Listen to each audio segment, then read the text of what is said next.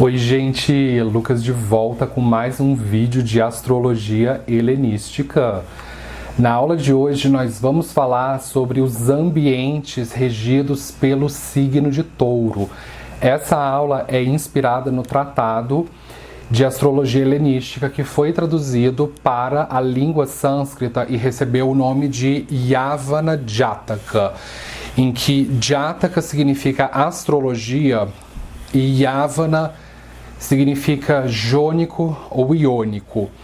E a expressão jônico ou iônico são expressões utilizadas na literatura antiga para se referir aos povos que habitavam essa região que nós conhecemos hoje como a Grécia. Só que na época em que esse tratado foi criado, não existia o país Grécia como nós conhecemos hoje, mas sim um conjunto de cidades-estado que eram independentes entre si e que juntas compuseram a cultura grega da antiguidade.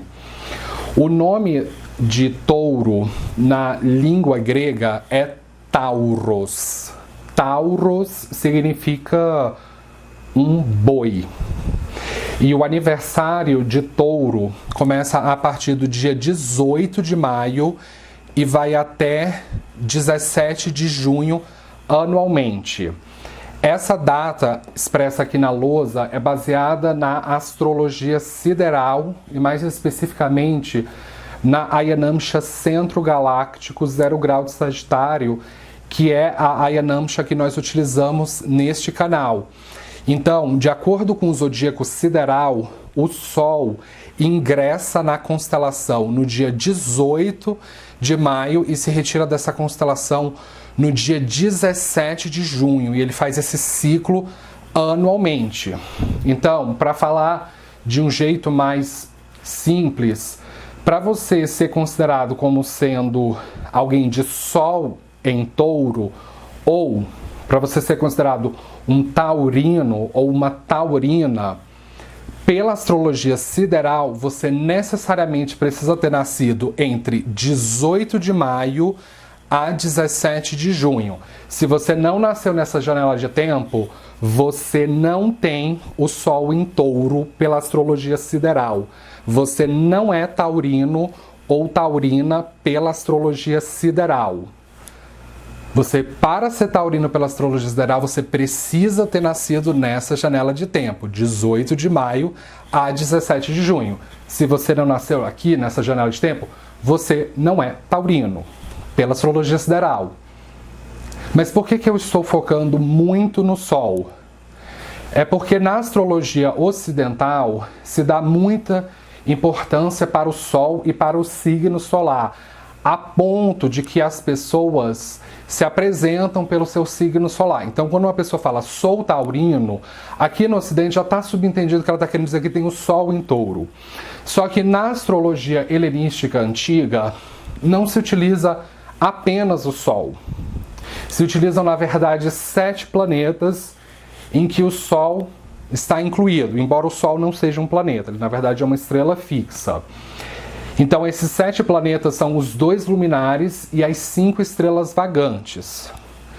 E se usa também o ascendente, só que o ascendente ele não é um planeta, ele é um ponto importante no mapa. Então, na astrologia helenística antiga, não se utiliza o que a gente conhece hoje como planetas transpessoais ou transsaturninos, como é o caso de Urano, Netuno e Plutão. Na astrologia helenística antiga, não se utiliza Urano, Netuno e Plutão. Assim como não se utiliza nessa escola os chamados nodos da Lua, que são conhecidos como Rahu e Ketu. O Rahu e Ketu, eles são originários da astrologia da Índia. E na astrologia helenística antiga também não se utiliza o que a astrologia moderna entende por asteroides, como é o caso de Quiron, Juno, Palas, etc. Na astrologia helenística antiga não se utilizam asteroides, apenas os 7 planetas. Então, falando sobre os luminares, o Sol é um luminar e o outro luminar é a Lua. Então, se você tiver a Lua posicionada na constelação de Touro pelo mapa helenístico sideral, você também vai ter esses ambientes mencionados pelo Yavana Jataka ativados. Assim como se você tiver uma das 5 estrelas vagantes na constelação de Touro, você também vai ter esses ambientes ativados, como é o caso de o Marte é uma estrela vagante, Mercúrio, Júpiter, Vênus e Saturno. Essas são as 5 estrelas vagantes. Então são 7 planetas que ativam um ambiente taurino. E se você tiver um mapa helenístico, o ascendente na constelação de Touro também vão ser ativados esses ambientes. Para ser ativados os ambientes, necessariamente precisa ter o ascendente ou uma das 7 planetas tradicionais nessa constelação, tá certo? Esse é o pré-requisito para os ambientes serem ativados. E para nós entendermos esses ambientes regidos por Touro, nós precisamos entender a mística por trás da constelação de Touro. Então, antes de eu explicar a mística, eu vou comentar sobre 2 curiosidades sobre o Touro, segundo o helenismo. A primeira é: o signo de Touro é considerado o primeiro signo do zodíaco na astrologia helenística antiga. Ué, Lucas, mas eu sempre ouvi dizer que o primeiro signo do zodíaco é Áries. Áries é o primeiro, Touro o segundo, e assim por diante, até chegar em Peixes, que é o 12º signo. Mas na astrologia helenística antiga, não. O primeiro signo do zodíaco é Touro, o segundo é Gêmeos, o terceiro é Câncer, o quarto é Leão, e assim por diante até a gente chegar em Áries. Então, Áries, segundo o helenismo, é o 12º signo. Exatamente como na astrologia védica, que utilizam os 27 nakshatras, a obra mais importante sobre nakshatras é o texto hindu chamado Rig Veda. Então, lá no Rig Veda, o primeiro nakshatra do zodíaco lunar é Kritika, que está localizado nas Pleiades, que é um asterismo dentro da constelação de Touro. Então, pela tradição védica, o primeiro nakshatra ele se inicia também em Touro, exatamente como na astrologia helenística antiga.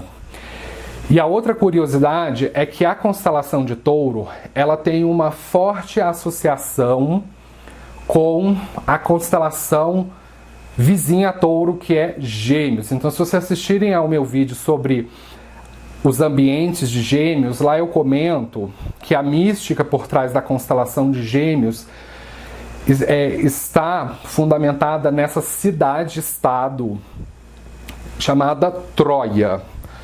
Nos tempos modernos, a cidade de Troia ela não fica no que hoje a gente entende como o país Grécia.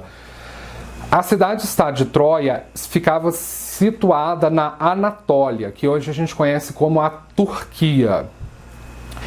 E na cidade de Troia havia essa mulher mortal chamada Leda. E a Leda, ela vai ter uma relação com o rei de Troia, que é Tíndaro.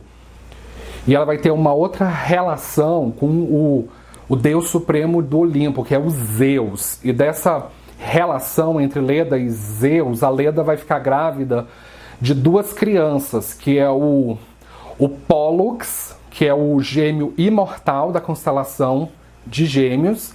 E eles vão ter também uma filha chamada Helena.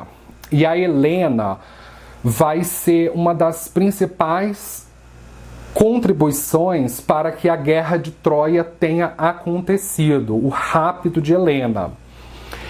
A guerra de Troia é considerada no mundo grego antigo como a pior de todas as guerras. Foi a guerra mais devastadora de todas. Depois da guerra de Troia, boa parte das cidades-estado da Grécia foram destruídas. Houve fome, houve pragas, houve uma despopulação da Grécia, houve a destruição da cultura, das bibliotecas e da escrita. Então, antes da Guerra de Troia, os gregos utilizavam um sistema de escrita chamado linear A e depois foi substituído pelo linear B. A escrita linear A e a escrita linear B são as duas únicas escritas que são registradas como sendo genuinamente gregas, como sendo sistemas de escrita genuíno para escrever em língua grega. Então, depois da Guerra de Troia, esse sistema de escrita linear A e linear B, eles foram completamente perdidos. E os gregos entraram numa espécie assim de idade das trevas. Então, no mundo grego também houve uma idade das trevas, em que as pessoas caíram no obscurantismo e simplesmente ficaram iletradas, analfabetas. E nessa época havia a domesticação dos cavalos. Então, a civilização grega, como sendo uma civilização indo-europeia, originária dessa região das estepes pôntico-cáspias, na cultura do sepulcro ou cultura de Yama, esse sítio arqueológico da cultura de sepulcro, hoje ele está localizado na Ucrânia, que é um país basicamente de estepes. E segundo a genealogia do helenismo, esse é o lugar de origem da civilização grega. Ela vem das estepes pôntico-cáspias, e os povos proto-indo-europeus foram os primeiros povos do mundo a domesticarem os cavalos, e até mesmo os primeiros povos a inventarem a roda, as carruagens, as carroças e as bigas. Então, pelo fato de que eles tinham o domínio de cavalos e o domínio da roda, eles conseguiram colonizar e habitar e popular uma série de partes do planeta. Tanto que hoje, por volta de 46% da população do planeta fala pelo menos uma língua originária da árvore indo-europeia das línguas. Isso se dá pelo fato da domesticação de cavalos. Além disso, os gregos também tinham o domínio da tecnologia naval e da construção de barcos e de naus. Então, quando essa região da Grécia foi populada, os gregos começaram a construir colônias em outras partes do mundo que não necessariamente ficam na Grécia. E um desses lugares era o Oriente Médio, e mais especificamente na Fenícia. A Fenícia é o que hoje a gente conhece como a Síria. Só que na antiguidade era chamada de Fenícia, e esses povos eles eram muito avançados, eles tinham o domínio de uma escrita muito sofisticada e avançada. Só que os fenícios eles não eram indo-europeus, eles eram na verdade povos semíticos. Então, a história sobre a mística de Touro, ela é bastante antiga. Ela vai desde a ninfa Io, que é uma das primeiras princesas da cidade de Argo, e também sacerdotisa da deusa Hera, a esposa de Zeus. Argo é considerada uma das cidades mais antigas da Europa, que é inclusive habitada até hoje. Ela é tão antiga quanto a cidade de Babel, ou a civilização do Egito. Então, essa história se inicia na cidade de Tiro. É uma cidade localizada na Fenícia. E nessa cidade habitava um rei e uma rainha que eles tinham origem grega, eles tinham sangue grego. Mesmo que sejam reis de Tiro, Fenícia, eles tinham sangue grego. Eles tinham uma origem em Argos, uma origem nessa ninfa princesa de Argos chamada Io, que foi inclusive uma das amantes de Zeus. Então, voltando para a cidade de Tiro, havia um rei chamado Agenor, e ele era casado com uma rainha chamada Teléfassa. E eles tiveram vários filhos, só que existem 2 filhos que eles são mais importantes para a gente entender a mística por trás da constelação de Touro e a mística por trás da civilização europeia. Então, uma das filhas desse casal era Europa. E um outro filho desse casal era o Cadmo. Então, Europa e Cadmo eram irmãos.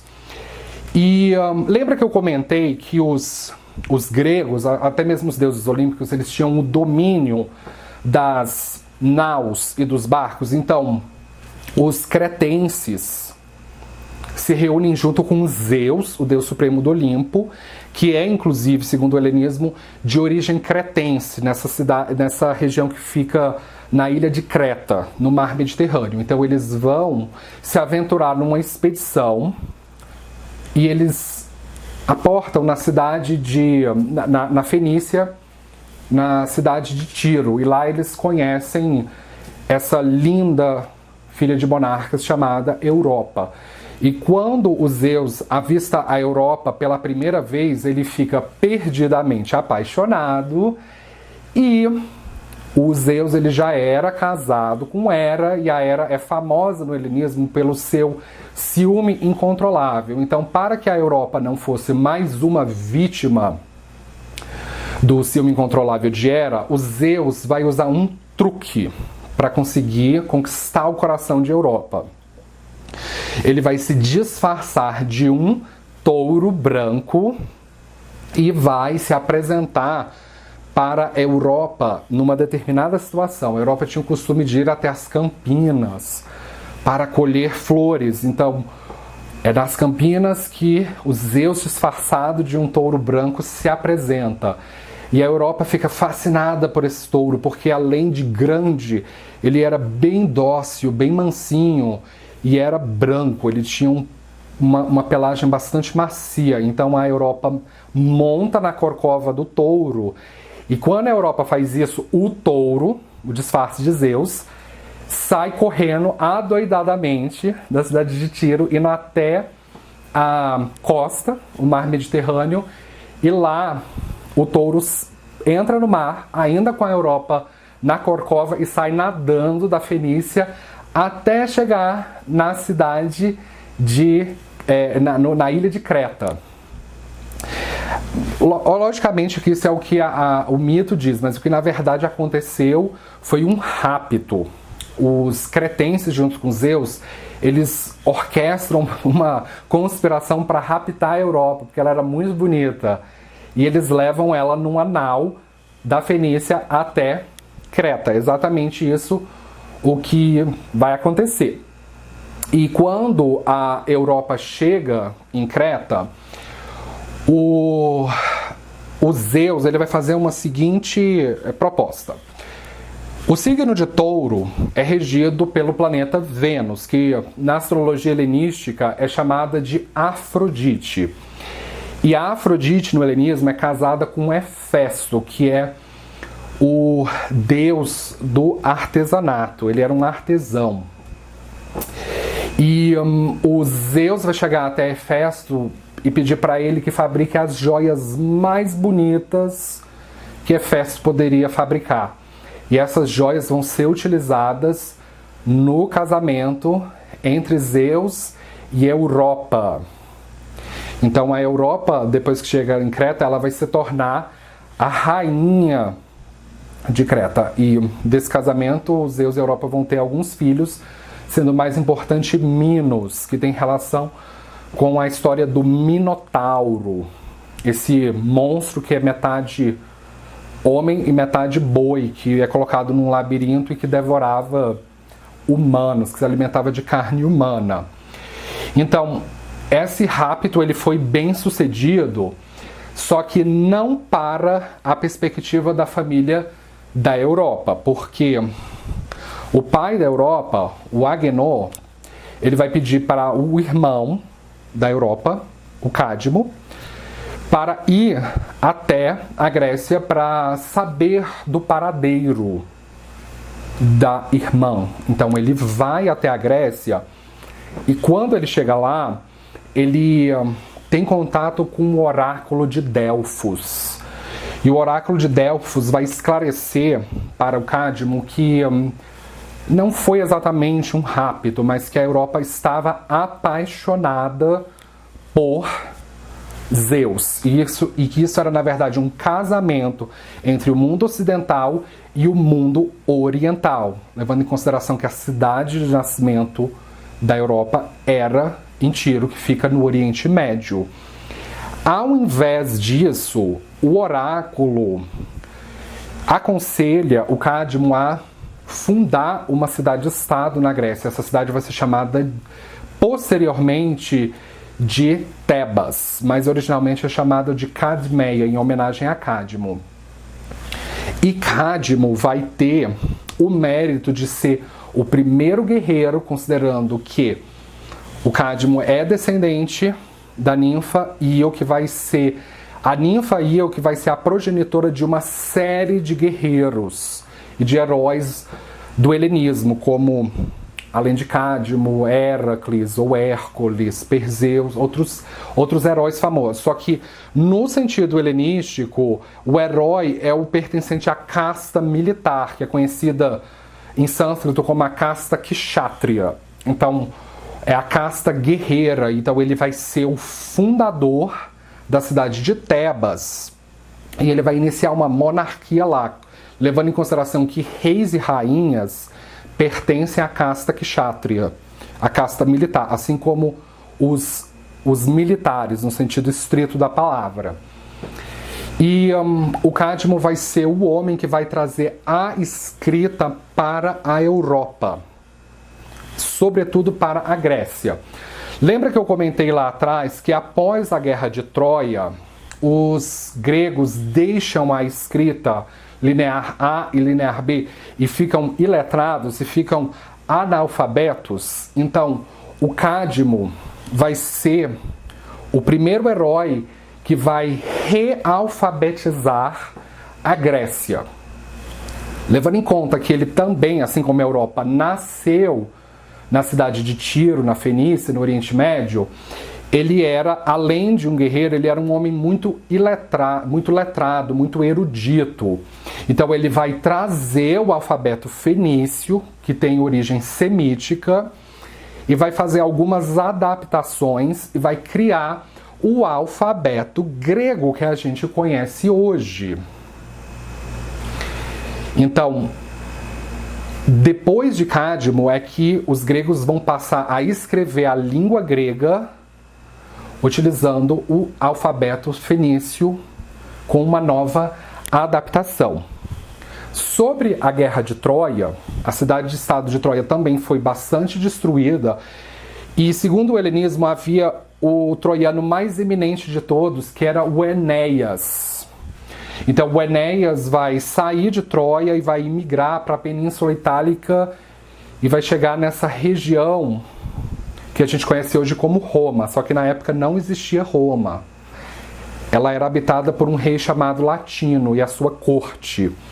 Então, os descendentes de Enéas serão Rômulo e Remo, que são inicialmente criados por uma loba nessa região de Roma, e serão Rômulo e Remo que vão fundar a cidade de Roma no ano de 753 a.C. Após a fundação de Roma, vai dar origem às línguas latinas, que são derivadas do latim, que vai ser a língua do Império Romano. Então, o Império Romano vai conquistar vastas extensões do continente europeu e dessa colonização romana vão se gerar outras línguas latinas, como o português, por exemplo. E os romanos vão adotar também o alfabeto grego e vão fazer uma adaptação nesse alfabeto que vai se tornar o alfabeto latino. E os povos que são colonizados pelos romanos, eles também vão adotar esse alfabeto latino, como é o caso dos celtas, como é o caso dos Não dos germânicos, porque os germânicos eles não foram colonizados pelos romanos, mas eles tiveram influência dos romanos. E depois os povos eslavos, eles vão ser influenciados por esse alfabeto e criar o alfabeto cirílico. Então, o que eu estou tentando dizer é que a origem do alfabeto cirílico, ela vem do alfabeto latino, que vem do alfabeto grego e que vem do alfabeto fenício. Então, pelo fato de que Europa e Cadmos, esses filhos de reis da cidade de Tiro, eles vão estar envolvidos com façanhas tão importantes para a civilização grega, o Zeus vai catasterizar essa história no firmamento celeste. A importância da Europa para a civilização europeia é que o continente europeu, a Europa que a gente conhece hoje, ela recebeu esse nome em homenagem a essa princesa fenícia que o Zeus, para conquistá-la, se transformou num touro branco, a raptou da cidade de Tiro para Creta. Então, a Europa, o continente europeu, ele só se chama Europa por causa dessa história. Essa história é narrada pela primeira vez no poema épico de Homero, que é a Ilíada. E segundo os relatos de Homero, inicialmente a expressão Europa não era utilizada para descrever o continente europeu, mas mais especificamente a Grécia. Principalmente a porção ocidental do Mar Egeu, que é o mar mais importante da Grécia. Foi depois que a Europa deixou de ser uma expressão para descrever especificamente a região da Grécia e passou a ser empregada para descrever o continente europeu.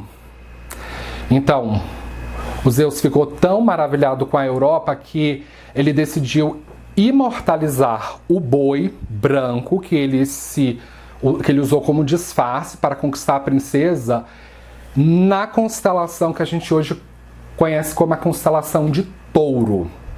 O fenômeno do catasterismo é um fenômeno muito importante para a astrologia helenística, porque o catasterismo era um recurso que os deuses olímpicos utilizavam, sobretudo Zeus, para imortalizar no firmamento celeste pessoas, heróis, semideuses que tiveram alguma contribuição relevante para a civilização grega e, mais abrangentemente, para a civilização europeia.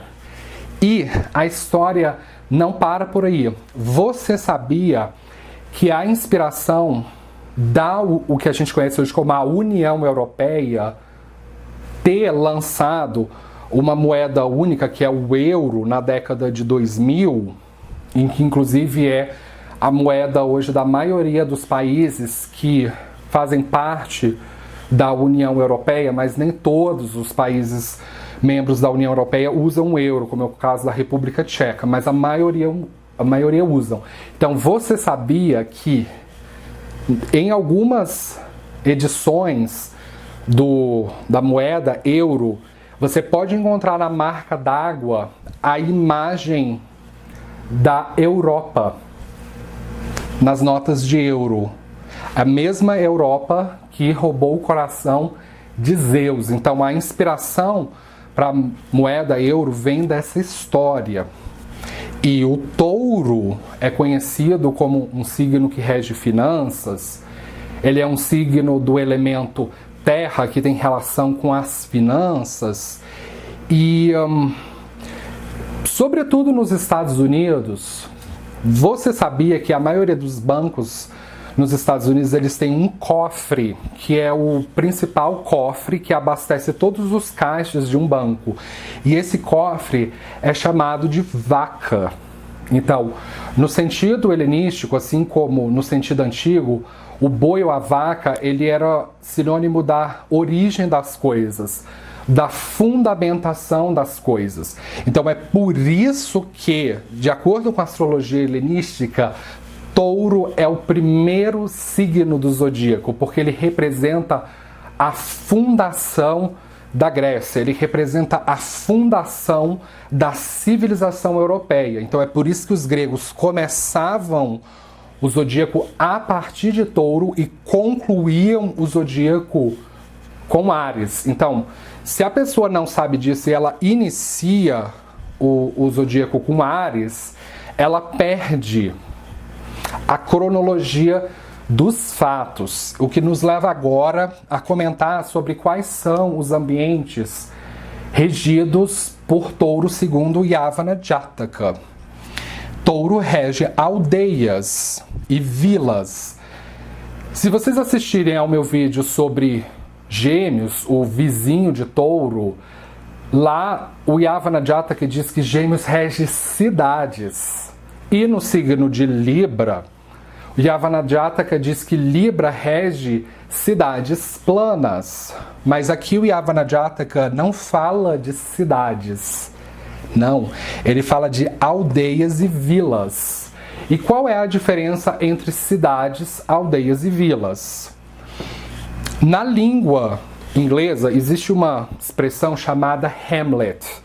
E hamlet em inglês significa um assentamento rural. Então imagina uma paisagem em que tem floresta e no meio daquela floresta existem 3 casas de madeira. Isso é o que se chama de um assentamento rural. É tão pequeno, mas tão pequeno que nem cidade é, que nem vila, que nem aldeia é. É um assentamento rural, que em inglês se chama de hamlet. Então, Touro rege assentamentos rurais. Agora, as aldeias, elas são diferentes. Elas são um pouco maiores. A origem da palavra aldeia vem do árabe, que significa aldair, né? Significa aldeia. A aldeia é diferente porque ela é um pouco maior do que um assentamento rural. A aldeia é como se fosse uma cidade satélite. Ela é, economicamente falando, dependente de algo maior. E esse algo maior é uma vila. Então, a vila é mais, economicamente falando, autossuficiente do que uma aldeia. Então, os aldeães são aqueles que saem das aldeias, da cidade satélite, vão trabalhar numa vila, fazem dinheiro na vila e levam o dinheiro de volta para suas famílias nas aldeias. Então, são exatamente esses ambientes que são regidos por Touro. Então, quando você estiver visitando um assentamento rural, uma aldeia ou uma vila, saiba que esse é um ambiente taurino. Touro rege currais de gado.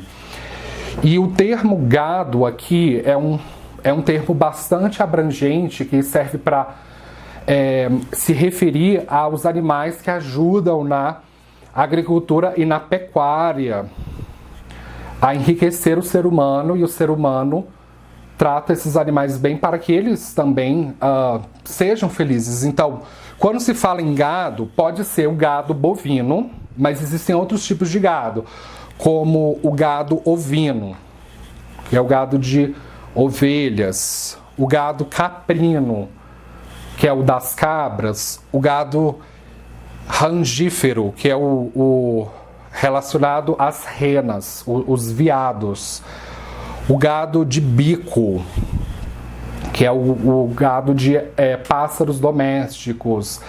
Tem também outros tipos de gados, como por exemplo o gado muar, que é o gado relacionado às mulas. O gado asino, que é relacionado aos asnos, jumentos, burros. E no caso das mulas, as mulas elas são uma miscigenação entre uma égua com um jumento, que dessa relação sai uma mula. Pode ser também gados equinos, que são relacionados a cavalos e éguas. Então, o termo gado, ele não necessariamente se refere a bovino, boi e vaca. Ele pode se referir a qualquer tipo desses animais da pecuária. Então, sempre quando você estiver passando por um lugar que tenha currais de gado, saiba que esse é um ambiente taurino. E é interessante constatar que na história, não sei se vocês lembram, o Zeus se transformou num boi branco para conquistar o coração da Europa. Então é por isso que o touro rege currais de gado. Touro rege celeiros, e os celeiros são o lugar onde os agricultores guardam as sementes maduras, depois de elas serem colhidas. Se vocês assistirem ao meu vídeo dos ambientes de Libra, lá eu comento que Libra é regido pelo planeta Vênus, assim como Touro, são os dois signos regidos por Vênus, e o Yavana Jataka diz que Libra rege lugares de grãos maduros. Então tem a ver com fartura, tem a ver com festejar, tem a ver com comer bem. E os celeiros são justamente o lugar onde o agricultor guarda os grãos maduros que vão ser consumidos depois. Interessante que a conexão entre celeiros e grãos maduros se dá pelo fato de que Vênus rege esses dois signos que regem grãos maduros. Então, Touro é um signo que gosta de comer bem, que gosta de fartura, que gosta de grãos maduros, que gosta das coisas não necessariamente refinadas, mas comida em fartura para ele poder se saciar. Touro, segundo Yavana Jataka, rege fazendas, que é o lugar onde se performa pecuária e agricultura. Então, sempre quando você estiver passando por uma fazenda, saiba que esse é um lugar taurino. O Yavana Jataka diz que Touro rege lugares domésticos. E que lugares domésticos são esses? São lares domésticos. Então, qualquer tipo de lar doméstico onde tenham famílias, onde tenham crianças, onde tenham idosos morando naquele lugar, é um lugar doméstico. E é interessante que na astrologia antiga a associação de Touro é com a casa 2, que a casa 2 rege a nossa família de origem. E o Yavana Jataka vai confirmar essa informação dizendo que Touro rege lugares domésticos, ou seja, os lugares onde as famílias moram. E por último, não menos importante, Touro rege escolas elementares. E o que são essas escolas elementares? Eu vou dar o meu exemplo para vocês entenderem o que é isso. Eu nasci em 1991 e eu entrei no ensino fundamental em 1999. Então, o que o Yavana Jataka diz como escolas elementares é o que aqui no Brasil a gente entende por o ensino fundamental. Então, na minha época, haviam os 3 anos no maternal, no jardim de infância. Jardim 1, 2 e 3. Aí depois a gente entrava no ensino fundamental, que vai da primeira série até a 8ª série. Só que depois que eu saí do ensino fundamental, depois que eu formei, a educação brasileira ela teve uma alteração nesse procedimento. Aí passou a ser assim, ao invés de serem 3 maternais, vão ser agora 2 maternais, maternal 1 e 2. Aí a criança vai sair do maternal 2 e entrar no primeiro ano do ensino fundamental e vai se somar mais um ano no ensino fundamental. Então vão ter agora o 9º ano. Então o que hoje a gente entende como o ensino fundamental, que vai do primeiro ano, quando a criança entra por volta de 6, 7 anos, no primeiro ano, e conclui o ensino fundamental no 9º ano. Isso é o que é o ensino elementar, que é a educação primária. Então, Touro rege escolas elementares, são justamente as escolas que oferecem o serviço de educação primária. Então, Touro rege lugares onde professoras ou professores frequentam. E é interessante constatar que o planeta Vênus, que é o regente de Touro, ele pertence à casta sacerdotal, que é a casta Brahmin. Assim como o planeta Júpiter. Tanto Júpiter quanto Vênus regem a casta Brahmin, a casta dos professores, dos educadores. Então esse é um dos motivos pelos quais o touro tem relação com escolas elementares, por causa da casta Brahmin. E a outra característica, se vocês lembrarem bem na história, que o irmão de Europa é Cadmo, que foi o homem que realfabetizou a Grécia após a Guerra de Troia. Então é por isso que no Yavana Jataka se diz que touro rege escolas elementares, porque é nessa educação primária em que a criança vai ser de fato alfabetizada, que ela vai aprender a ler, a escrever e a fazer tabuada, tá certo? Então, com isso eu gostaria de fechar. Eu espero que vocês tenham aprendido algo novo hoje. Se você é novo aqui, não se esqueça de se inscrever. Muito obrigado pela atenção e nos vemos na próxima. Tchau!